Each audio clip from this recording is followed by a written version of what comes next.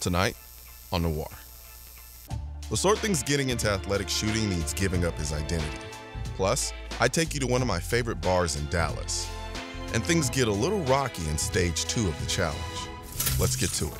So welcome back to the East Side. We're in South Dallas. And it was the Jeffersons reference in case they missed the first episode. Nobody should have missed the first episode. No, nobody should have missed the first episode. But for those of you maybe just tuning in this week, just to catch you up real quick, every week we are unveiling a new stage in a 14-stage competition because we're on the quest to find what does the modern athletic shooter look like. And so how are you guys feeling after last week's competition?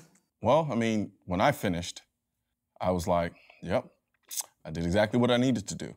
And what that was crush his spirit. The old man has some time to creep back into it. And I know, or to lose miserably. That's true. Well, I know everybody wants to take a look at the next stage of the competition, but before we hit on that, we briefly hit on your dilemma last week. You represent a lot of shooters who might think that you have to give up the tactical world in order to shoot the way that we're shooting. Right. But that's not necessarily the case, is it? It isn't, and I mean, I think Colion actually has the best way of touching on this because you really do, while I encompass the tactical side, the self-defense side, you do some of that stuff too, but you do it all. So you really describe the best scenario for how you can be a more diverse shooter than I am. It's definitely something that allows people to kind of enter the shooting world from a different perspective instead of the typical, you know, self-defense, tactics, hunting, things like that. You can do it all. Is something I'm coming around to. And talking to you, I may have gone a little too far in trying to come your way, trying to get to your more artistic freestyle way of shooting. Yeah.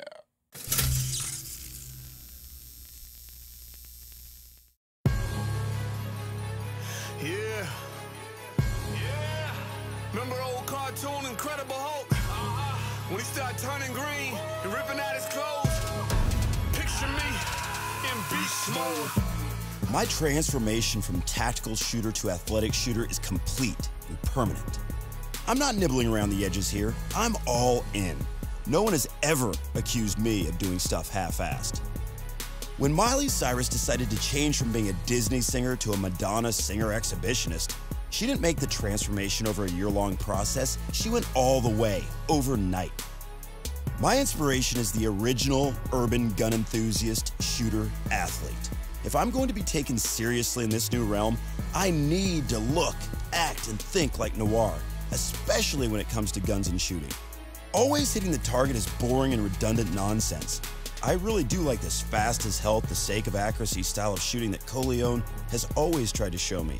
Not having to repaint steel is kind of cool, and it caters to my lazy side. I make sure everyone in the damn range knows that I have no use for an empty gun. Someone else can worry about the reload. I'll just pull another from the back of my Rover and make some noise all over. I like to focus. Wait, what's that? Did someone drop an unnecessary analogy? Let me get that. I'll use it.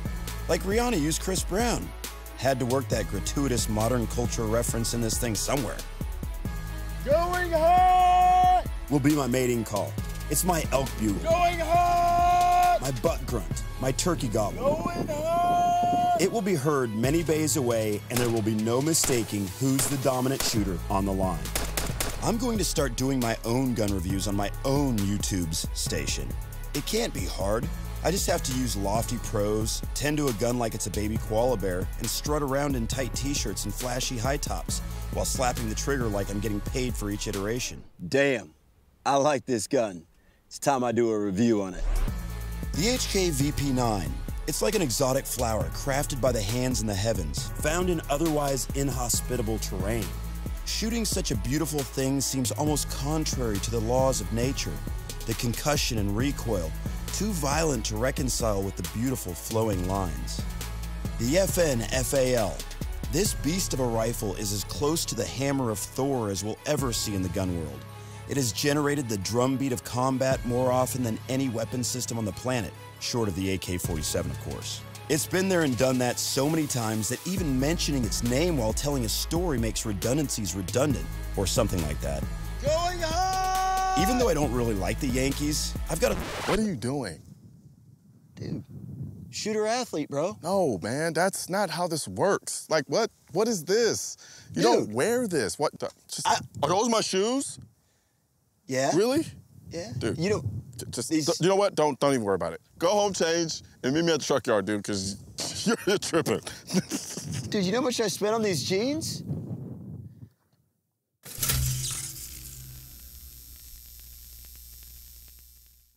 I believe there are certain places on the planet that exist purely to make you happy.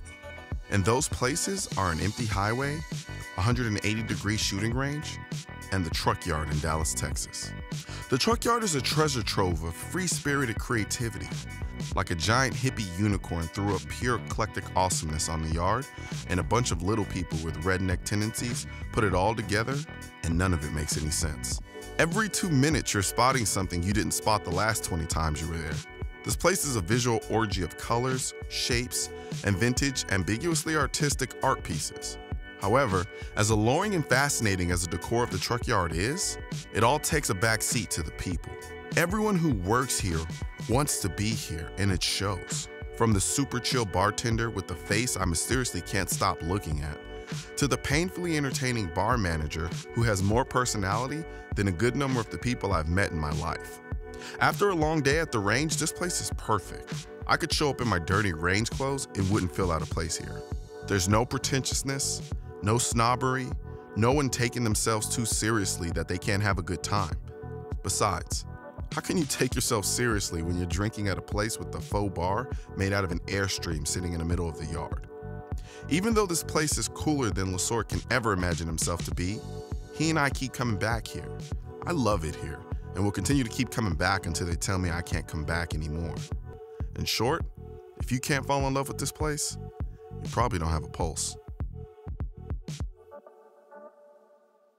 So no matter how much fun it was for me to be the urban gun enthusiast for half a day, we've got to let people know that they can become the athletic shooter and not lose their identity, not lose who they are now, whether they're a 3-gun shooter, an IDPA shooter, a hunter, a clays shooter. You can do it all, and do it all pretty easily. There are more options in this regard than we really give it credit for. I think sometimes people hear the word athletic and they get a little intimidated. Right. Like they've got to be this like supreme specimen of athleticism. Yeah. And it's not necessarily we don't have the to be case. Usain Bolt. It's not. No. You just need to be active. Yeah. You know, there's a reason why there's a freestyle field component to it. It's just because it's kind of like you approach it the way you want to approach it. Let's say you're an IDPA shooter, or an IPSC shooter, or a 3-gun shooter. If you want to come in and run it like a 3-gunner, come in and run it like a 3-gunner. Is it to your advantage? I don't know. Might be. That's the whole point. That's the beauty behind it. And shooting is fun. And people are realizing that as time goes on and as people start to get into shooting. You know, Amy started shooting in the backyard on the farm with her dad, just standing there statically shooting at a piece of paper. Yeah. She realizes how much she loves this. Katie shot it. She smoked the course. You know, she did the 5.55, smoked it. She keeps talking about it. Whenever somebody does it, they love it. And they want to run it again and again and again because they know they can get better. This is the stuff that can draw people into the shooting world, which is what we want, like you did 4 years ago.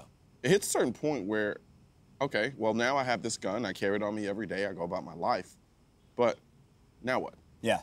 Now I have this tool that when I'm at home, I'm like, man, this thing is actually kind of cool. Yeah. Or I have this rifle, and I'm like, man, sure, I can go out and shoot defensively, but, man, like, it's capable of so much more. And you have the mind to discover that, know that, and think about it because you think about guns in a way that I've never seen anybody think about guns. Well, it's kind of like the story with Glock. When they asked him, like, you know, how did you come up with the idea of Glock? He was just like, the reason why I was successful is because I've never built a gun before. Right. I don't know anything about guns. So you know, 5 years ago, you started shooting. Yeah. You're like, well, I'm just going to run around and shoot this thing as fast as I can because that's kind of cool, in addition to learning the practical skills that might save you one day on the street. I think we're expanding the repertoire of the shooter. It adds to the ability that you already have. Yeah. You're a tactician with the handgun. Now you've incorporated another element to it that allows you to be more versatile. Right. You're good. You're good. You're not going to lose any of your skills. You're not going to become a worse tactical shooter. If anything, I think it might actually make you better because what it does is it takes you outside of the narrowly tailored focus of tactical shooting and brings you into the very dynamic aspect of the real world. I think we just need to continue to work on it. Yeah. So and get people to understand it. Do me a favor, dude. Yeah. don't ever wear a flat bill hat again.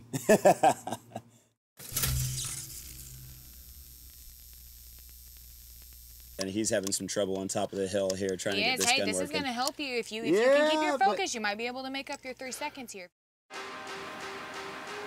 Adventure breeds character, and the path should be less traveled. Independence breeds survival, and you must depend on who you know you are. Your inspiration drives you to never waste a moment.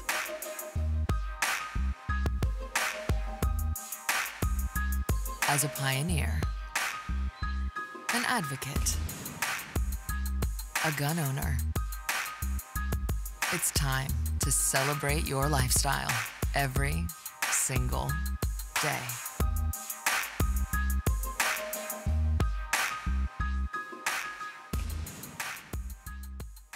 LaSorte, what in the world were you thinking?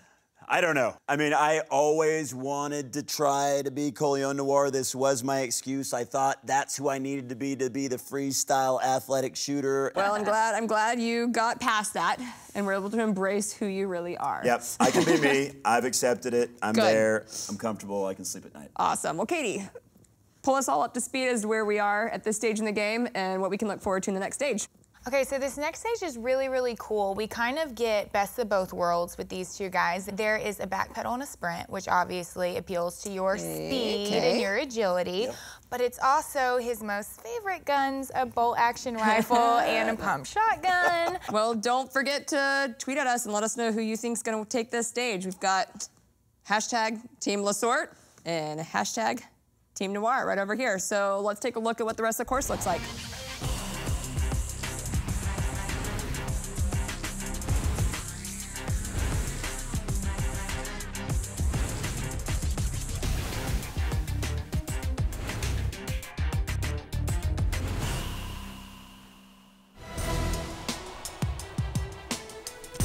Stage 2 begins with a 10-yard forced back pedal from the 10 to the 20, where shooters have to hit the target 5 times with buckshot before sprinting 70 yards to the berm for 5 90-yard shots with the Mossberg patrol rifle. All right, LaSorte, so I'm curious about this. I think this is going to be a good stage for both of y'all. He's got the back pedal down, but I know that you have a love-love relationship with the shotgun, and he sort of has a love-hate relationship with the shotgun. So, do you think you're going to do well in this one? Yeah. I mean, that back pedal was quick right there. Look at him right now, and he's hitting the steel quick. I mean, I'm scared. That's kind of where your tactical training comes in, and it helps out because your loading and unloading is so impressive, and that's where your quickness really shows. His is showing right now with the sprint. Honestly. That's where his athletic ability comes out. Yes.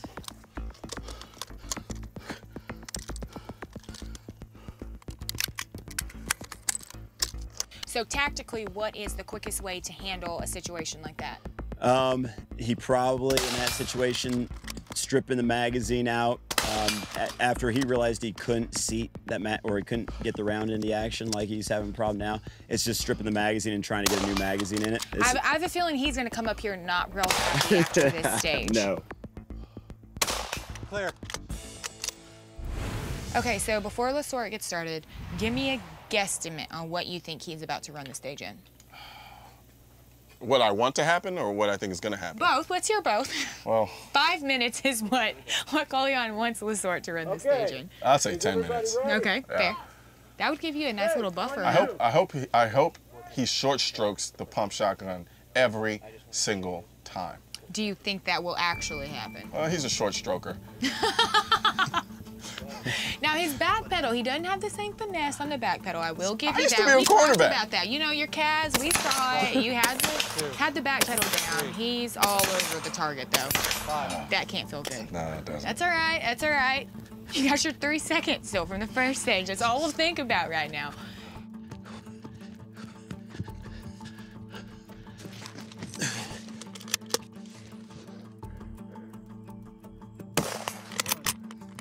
Oh, shit. He's struggling a little bit. 3. I'm not mad at not being up on that berm. 4. Trying Told to you he was a short stroker. Look, his long hair's not that great either.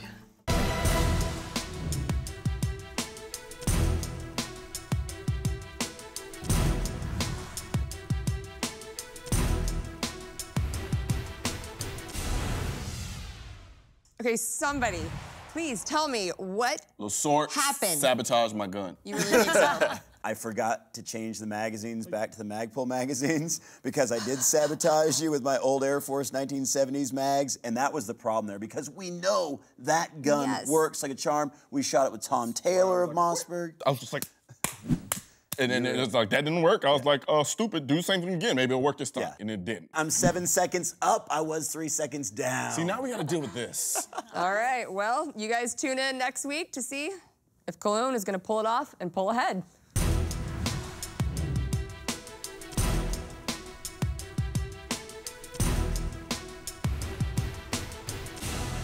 Next week on Noir. Shoot!